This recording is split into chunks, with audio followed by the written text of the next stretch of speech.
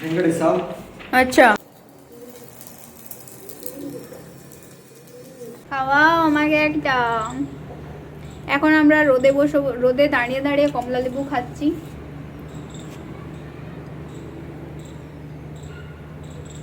নমস্কার বন্ধুরা, আশা করছি আপনারা সবাই খুব ভালো আছেন আর আমিও কিন্তু ভালোই আছি। এখন ঘড়িতে বাজে 5:30 আর এখন কিন্তু উঠে পড়েছি। এই যে কফিটা আমার বরকে বিছানাতে দিয়ে আসবো, তারপরে আমি খেতে বসবো। তো বন্ধুরা এখন বসে পড়েছি কফি নিয়ে। আর মানে আজকে এতটা ঠান্ডা, এখনো পর্যন্ত জানলা দরজা আমি খুলিনি, প্রচণ্ড ঠান্ডা আসছে কিন্তু।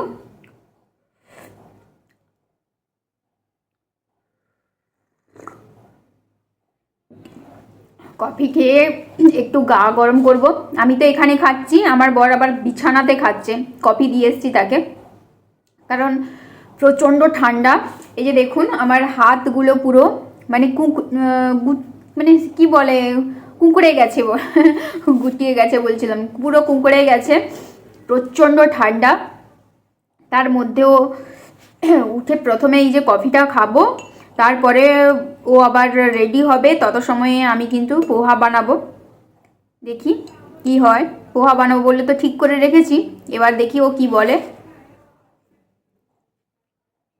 চাটা এত গরম, মানে চা বলছি, এটা কফি।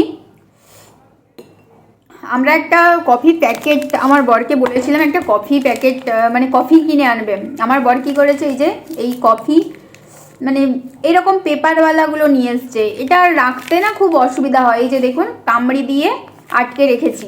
আর যদি এটা ডিব্বা হতো তাহলে কফি তো খুব তাড়াতাড়ি হয়ে যায় না, বাতাস পেয়ে গেলে খারাপ হয়ে যায় জিনিসটা। তো একটা ডিব্বা আমাদের নেই, তো ভাবছি একটা ডিব্বা কিনবো, যদি কখনো ক্যান্টিন যাই তাহলে কিনবো। এখানে আজকের প্রায় 6 মাস মতো হতে যাচ্ছে এসছি, কিন্তু একদিনও আমি কিন্তু ক্যান্টিন যাইনি। কেন বলুন তো? কারণ মানে যা কিছু দরকার হয় না, ও সাধারণত কিনে নিয়ে চলে আসে। আর ও তো ওখানেই মানে ক্যান্টিনের কাছেই কাজ করে, ওদের ওয়ার্কশপটা ওখানে। তো সেই জন্য কিছু অসুবিধা হলে ও কোনো কিছু একটা হয়তো দরকার, তো সেটা কিন্তু ও সঙ্গে সঙ্গে নিয়ে চলে আসে। তো তাই জন্য আর কোনোদিন বেরোনোই হয় না বলতে গেলে।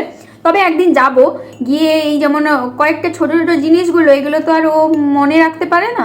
তো তাই জন্য আর ও আমাকে বলেও না যে আমি ক্যান্টিনে আছি, তুমি কি নিবে বলো বা কিছু, ওরকম কিছু নয়।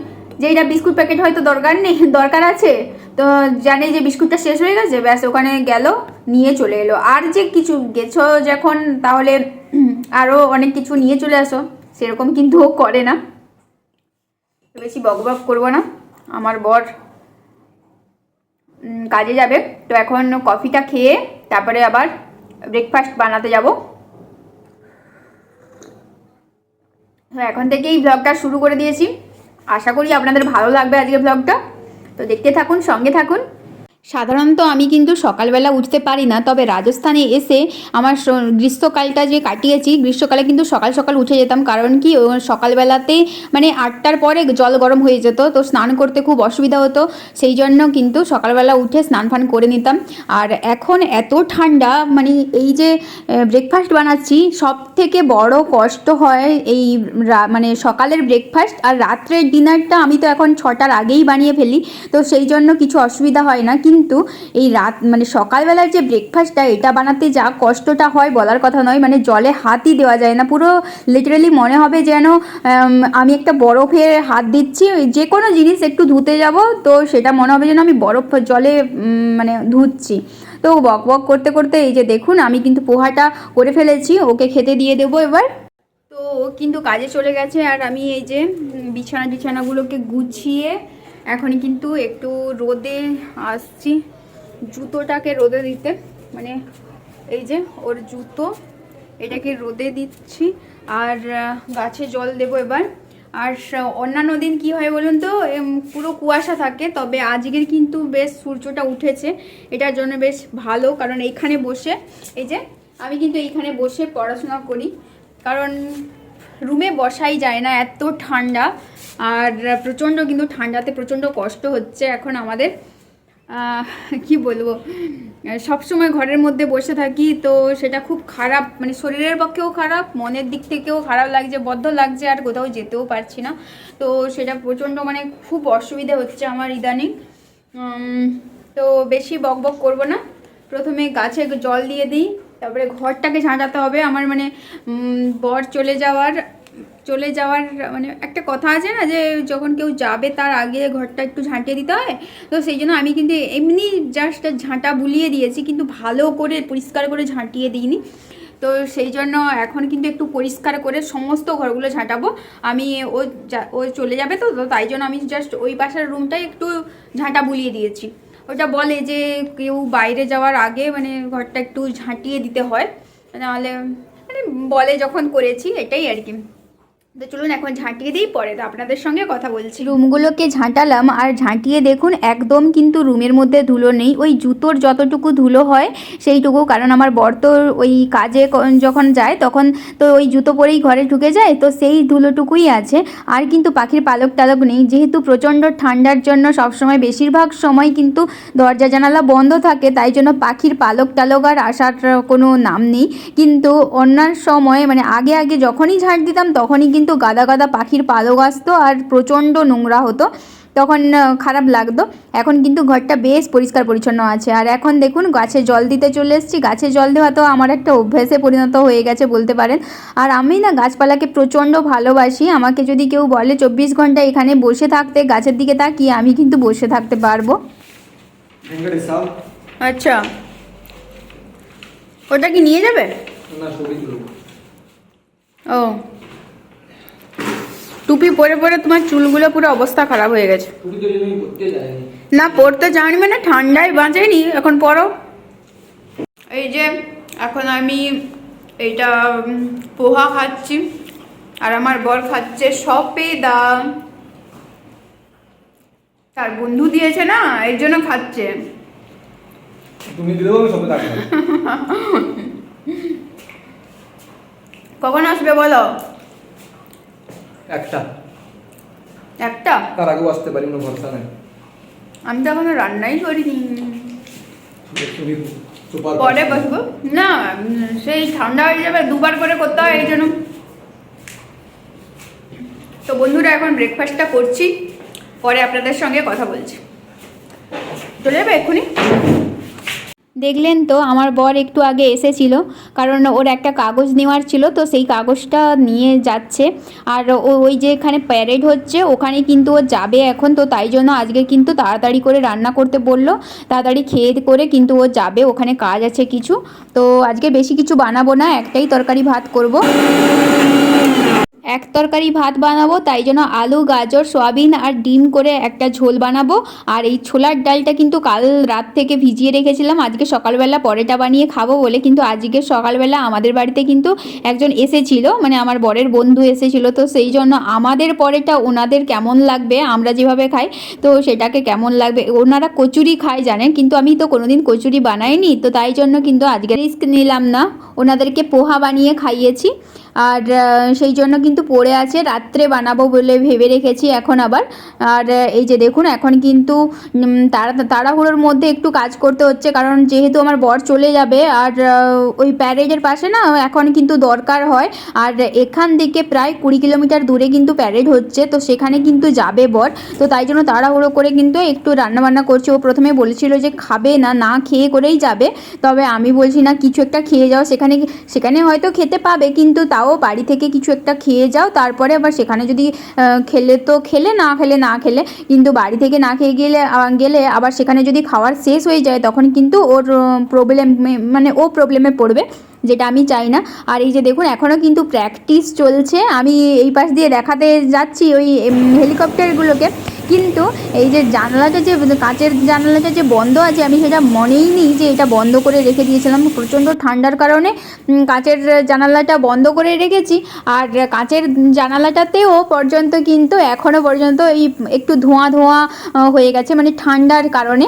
আর এই যে দেখুন এখন কিন্তু সুন্দরভাবে ভাজা হয়ে গেছে, আলু গাজর ডিম সমস্ত সয়াবিন সমস্ত কিছু ভাজা হয়ে গেছে, আর একদম খুব অল্প করে মশলা করে কিন্তু তৈরিটা করে নিলাম। এখন দুপুরের খাবারটা কিন্তু ওকে দিয়ে দিলাম। বন্ধুরা, আমার বর এই যে, দেখাও হাতে কিটা রাখছে, দেখাও, উপরে করো, লেবু ছাড়িয়েছে। তো এখন আমরা রোদে বসে বসে লেবু খাবো, কমলা লেবু খাওয়াও আমাকে একটা। এখন আমরা রোদে দাঁড়িয়ে দাঁড়িয়ে কমলা লেবু খাচ্ছি।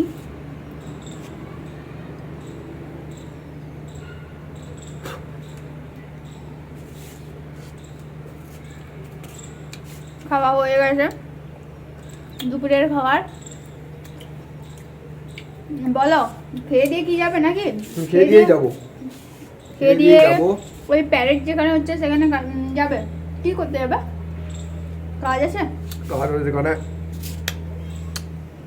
হুম जनरेटर चलाता है। কখন আসবে? সন্ধ্যায়। বুঝতেই পারছেন কত চাপ আছে। আমরা যাব প্যারেড দেখতে। কত তারিখ গো? 13 তারিখ। তো সেইখানে এখন আমার বস যাবে প্রায় এখান থেকে কত 20 কিলোমিটার, 20 কিলোমিটার দূরে যাবে। 20 কিলোমিটার আরো বেশি।